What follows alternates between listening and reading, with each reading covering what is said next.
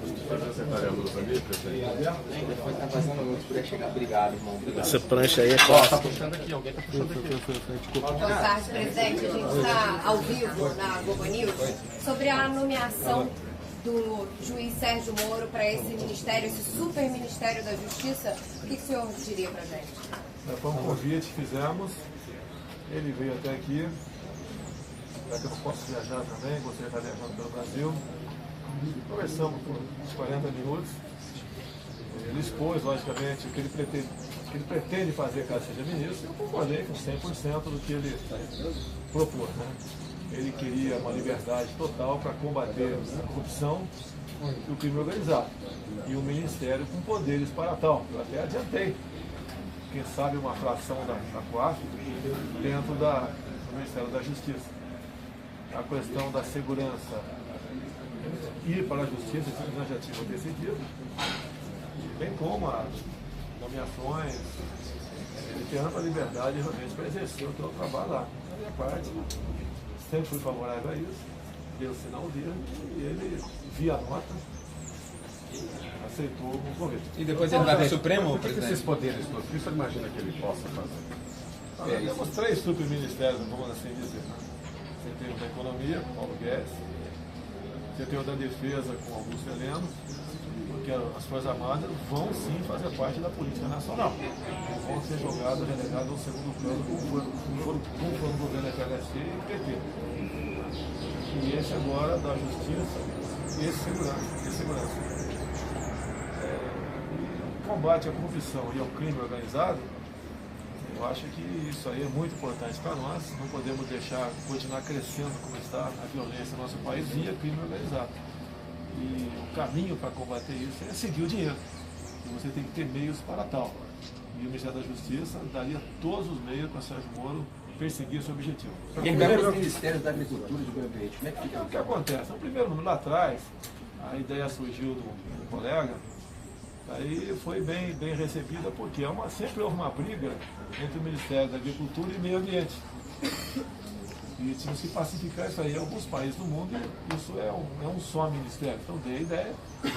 Depois, com o passar do tempo, os próprios ruralistas acharam que não era o caso, para evitar pressões internacionais, entre outras coisas. E eu falei que estou pronto para voltar atrás, se for o caso, não tem problema nenhum. Só que quem vai indicar o ministro do Meio Ambiente será também o senhor Jair Bolsonaro. Então, vai ser uma pessoa realmente que não vai botar ninguém lá por pressão de ONGs e tem um trabalho xiita voltado ao meio ambiente. Nós queremos preservar o meio ambiente, mas não da forma como o Ministério vem fazendo. Pelo que foi conversado hoje, por gentileza. Boa tarde. Ficou combinado com o Moro que se abrir uma vaga no Supremo Tribunal Federal, ele poderia assumir essa cadeira no futuro? Não ficou combinado, mas coração meu, lá na frente, ele tendo um bom sucessor, isso está aberto para ele. Você não combinou tempo que ele fica, o tempo que ele vai ficar? Exigência, presidente? Oi? Ele fez algum pedido, alguma exigência para aceitar o cargo? Olha, a adesão dele é difícil, ele vai abrir mão da tua função, da carreira dele, tá de 22 anos de serviço, vai abrir mão disso para enfrentar um desafio. Até eu chamo ele realmente de um soldado, né? Ele está indo à guerra sem medo de morrer.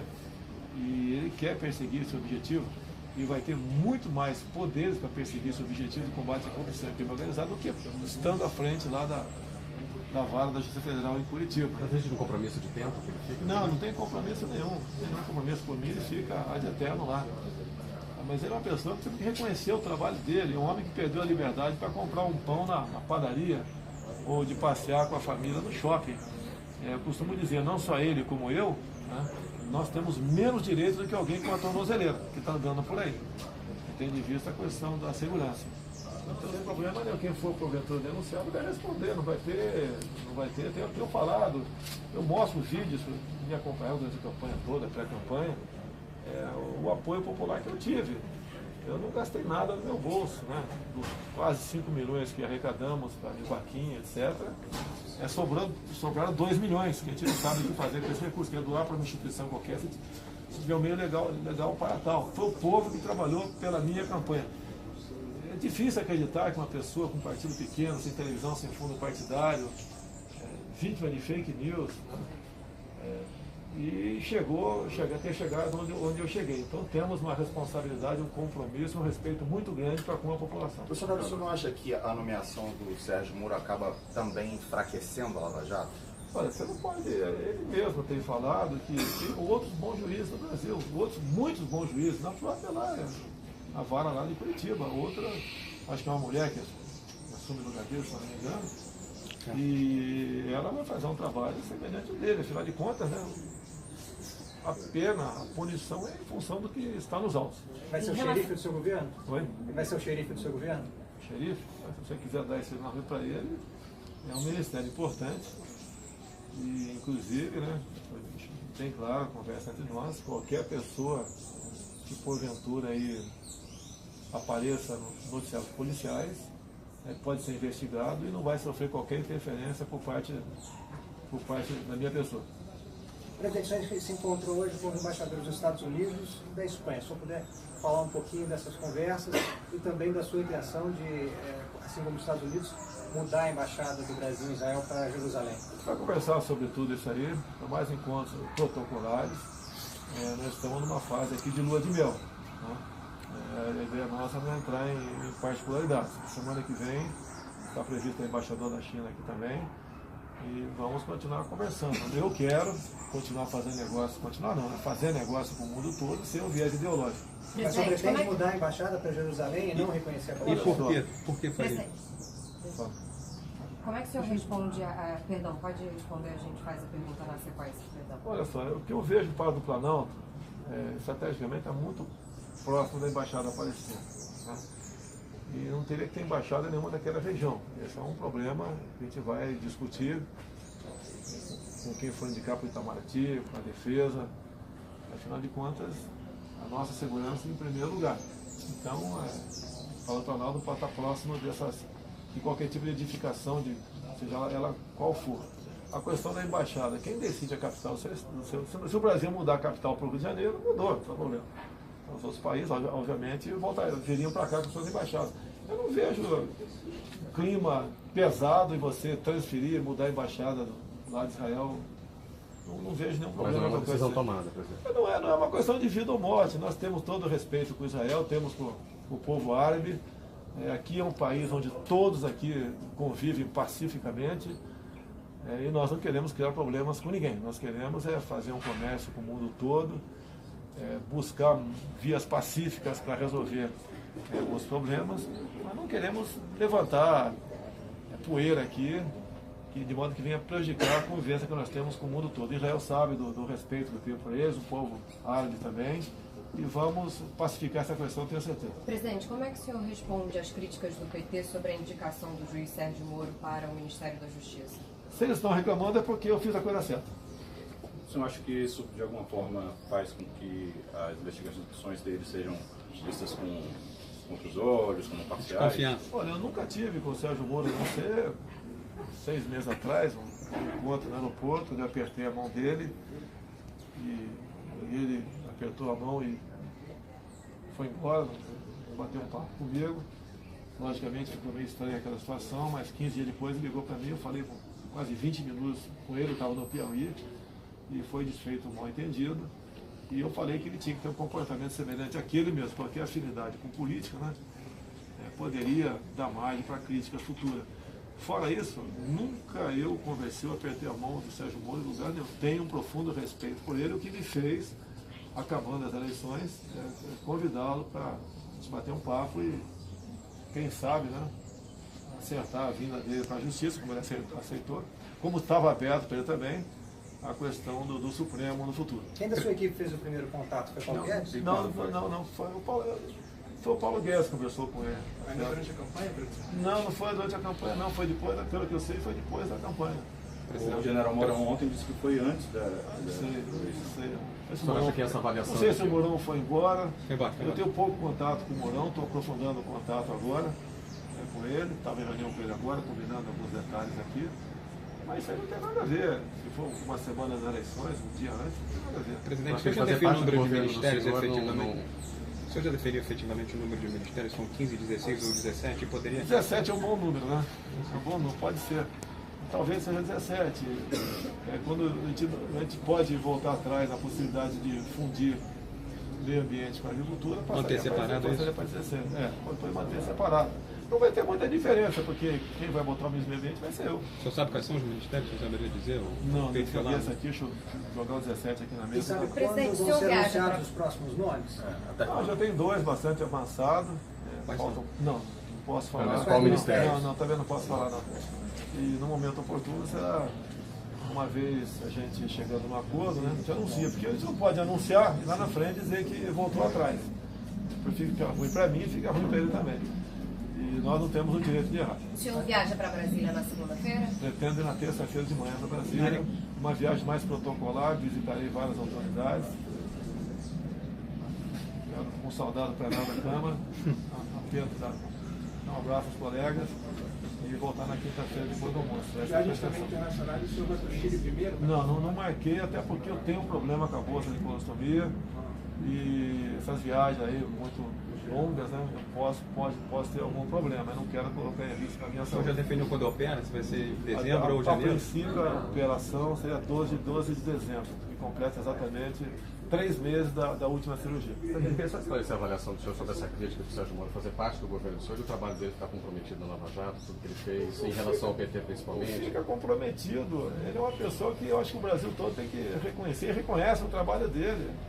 Ele nos deu esperança de dias melhores combatendo a corrupção. Botou gente que ninguém imaginava um dia que poderia ser presa por 10 minutos. Tá? E foi fundo, com seu conhecimento, investigando, apurando e punindo em primeira instância todas aquelas pessoas sem aceitar a pressão de quem quer que seja. Qual a Presidente, prioridade do trabalho no gabinete de transição lá em Brasília, entre terça e quinta-feira?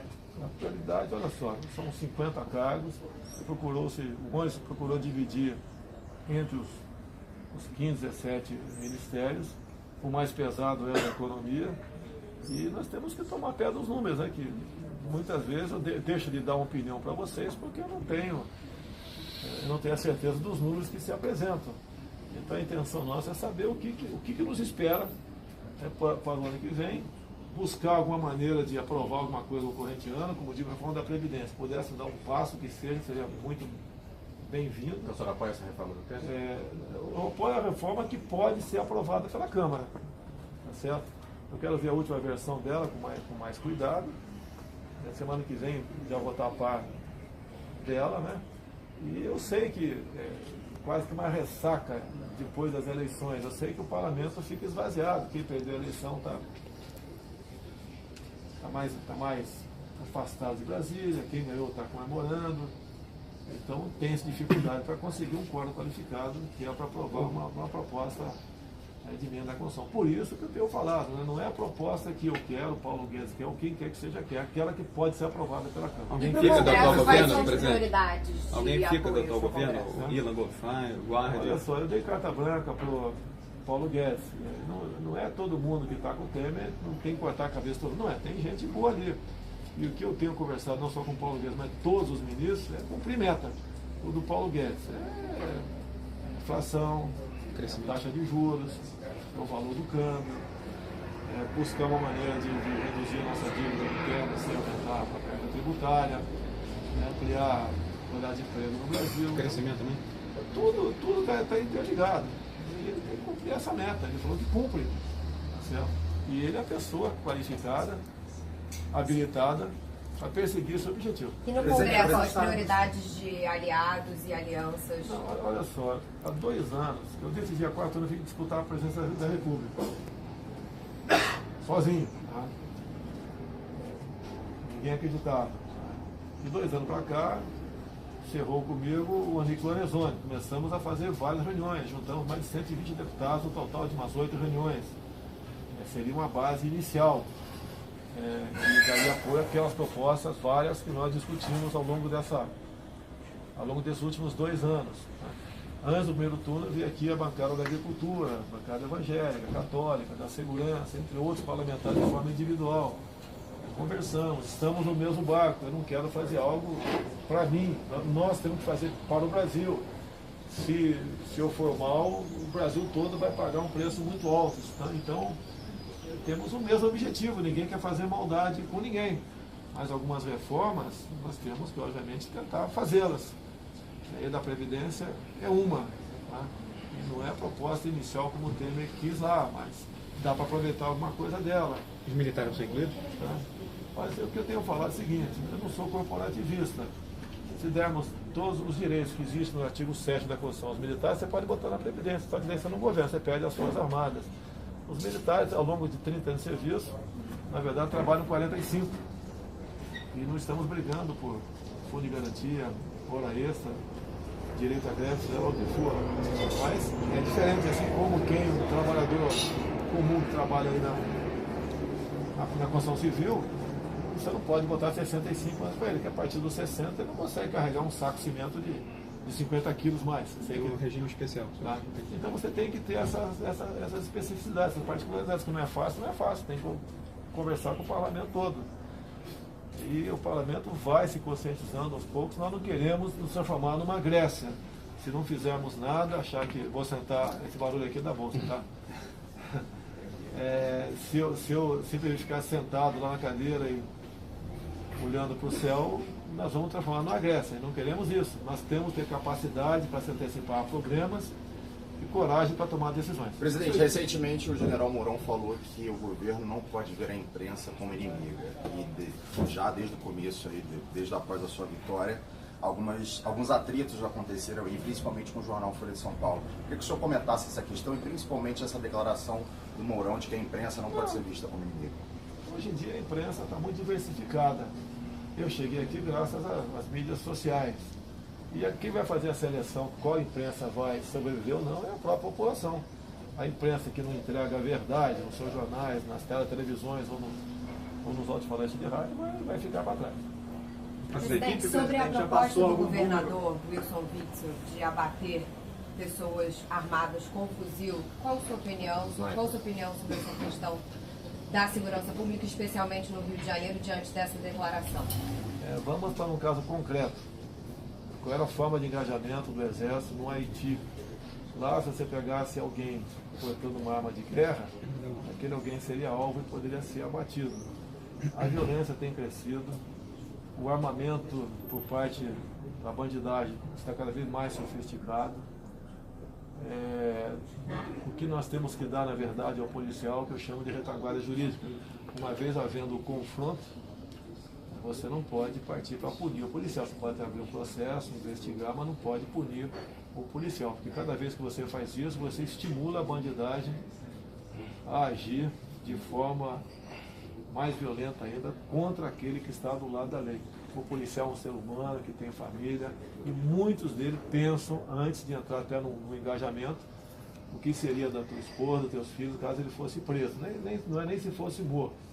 E nós não podemos deixar que o ativismo, por parte de alguns, condene esses policiais quando envolvidos em operações ou em confronto. Presidente, por que não tentar fazer a presidência da Câmara e do Senado? Você acha que já tem base suficiente? Estou dando a minha opinião. Geralmente um presidente não se envolve nessa questão porque ele vai se queimar com uma parcela considerável da Câmara. O que eu conversei com alguns do meu partido é que nós devemos ter humildade e apoiar alguém de outro partido, logicamente, que tem o compromisso de liberar a pauta para as questões nossas. E eu acho que assim a gente poderia angariar mais simpatia de parlamentares e de partidos para o nosso projeto. Poderia ser o Rodrigo Maia? Pode ser o Rodrigo Maia, pode ser o Alceu Moreira, pode ser o João Campos, tem outro também, o Jacobo da mesa, vários que lançaram e outros que vão aparecer também. Então o compromisso teria que ter conosco de não segurar a nossa pauta. Presidente, voltando à nomeação de Sérgio Moro, só pode explicar melhor como vai ser esse superministério? Ele vai englobar Justiça, Segurança Pública, mas outros órgãos do atual governo. Outros órgãos, e o mais importante. Explica por favor, como é que vai funcionar. Você pode ter uma parte do COAF lá também, que ele tem que ter informações de tempo real do lado dele para tomar providência. E a questão do crime organizado, você combate seguindo o dinheiro. Tem que ter todos os órgãos do governo, uma representação lá dentro, pelo menos, né, para que ele possa decidir de forma rápida o combate ao crime organizado. Mas CGU, transparência, olha só, logicamente eu acho que não iria falar dessa forma aqui. Carece de estudo e nós temos que ver se não estamos correndo em nenhuma inconstitucionalidade. Tá? nessas questões, mas parcelas, né, desses órgãos a gente vai ter diante da justiça para que possa trabalhar com velocidade que essa questão merece. Presidente, o desemprego é um problema muito grande hoje no Brasil. O desemprego é um problema muito grande hoje no Brasil. Se pegar o número de pessoas desempregadas é 13 milhões, mas se você analisar as caras que estão subocupadas ou trabalhando menos horas do que desejavam, já chega a mais de 27 milhões. Tem uma meta, um objetivo a ser perseguido para reduzir isso e de que forma, de que maneira? Você fala em turismo. Por que o Brasil não está entre os 40 países que mais recebem turismo no mundo? Não tem cabimento. O turismo aí você rapidamente teria centenas de milhares de empregos no Brasil. O que falta? Você tem que ver a questão da violência. Ninguém vem de fora aqui para o Brasil sabendo qual é o risco de morrer aqui. Então, se você consegue atacar a questão da violência, você pode trazer gente de fora que vai movimentar a nossa economia com custo quase zero. Nossa, apenas uma pequena infraestrutura. Não temos turismo de mergulho no Brasil. Eu sou mergulhador profissional. Já tentei uns 10, 15 anos atrás afundar alguns barcos da Baía de Angra e não tive sucesso, dado a burocracia e a forma como essas licenças não eram, dificilmente seriam concedidas. Você tem que desburocratizar muita coisa. Eu tentei um tempo atrás, comecei a abrir um negócio particular, poder empregar 5, 6 pessoas, mas a dificuldade que eu tive para prosseguir isso aí, eu desisti. Né? Então você tem que dar meios para quem quer empreender, o faça com prazer, e não com preocupação, e depois tirar o Estado, né, da perseguição dessas pessoas. Muitas vezes a questão da fiscalização é feita de forma bastante radical. E o fiscal tem que ser um amigo de quem produz, adverte, não deu certo, daí vai para a punição. Desburocratizar, desregulamentar, essas questões todas tem que se fazer presente aí para você. Mas não tem uma meta. Você não pode ter meta, é muito fácil. Eu não estou mais em campanha, né? Em campanha a pessoa costuma falar, né? Vou abrir 6 mil creches, vou criar 10 milhões de empregos, vou criar 2 milhões de empregos com energia solar, essa historinha toda, uma conversa que não chega a lugar nenhum. Agora você pode ver como é formada a nossa mão de obra no Brasil. A educação está sendo conduzida a contento para no final da linha formar um bom profissional, que seja um bom empregado, um bom patrão, um bom liberal? Não está sendo, não está sendo. Então isso tem que ser mudado, não vai ser de uma hora para outra. Presidente, a respeito da educação, por que o ensino superior na ciência e tecnologia? Uma pergunta interessante aí. Você pega 200 maiores faculdades, melhores faculdades do mundo, não tem nenhuma brasileira. Está errado isso aqui. Então só vou ter que parar desde. Tá safo aí? Então, nada como estar lá da ciência e tecnologia, falar o Marcos Pontes, que vai dar com toda certeza um gás muito especial para essa questão. Vamos finalizar, Ministérios da Agricultura e o Meio Ambiente, vocês estão nessas discussões? Em que ponto estão essas discussões? Não, olha só, no primeiro momento houve quase uma unanimidade dos ruralistas de querer a fusão, certo? Hoje em dia não existe mais unanimidade, então tem mais 2 meses para decidir. Mas pelo que está aparecendo, vão ficar distintos, mas eu que vou nomear os 2 meses. A gente entendeu, o ensino superior é só para ter mais investimento nas universidades? Não, muito pelo contrário. Você tem que. O objetivo nosso é investir mais no ensino básico e médio. O petróleo você vai apoiar? Porque é uma fonte de receita importante para o Brasil, presidente. O Petrobras não tem capacidade de investir mais, então você tem que buscar fazer parcerias, vender algumas áreas, até porque, um assunto importante, né? Se a super bateria de grafeno sair da prancheta, como está saindo, a energia de fontes fósseis aí ficará no segundo plano. Os leilões continuarão acontecendo. Pode continuar acontecendo. A fusão, por exemplo, da Embraer, da Boeing, continua sem problema nenhum. O senhor vai avalizar? Sim. Presidente, uma última pergunta sobre a imprensa. Por que os nossos colegas de imprensa escrita e também de agências internacionais ficaram de fora dessa coletiva?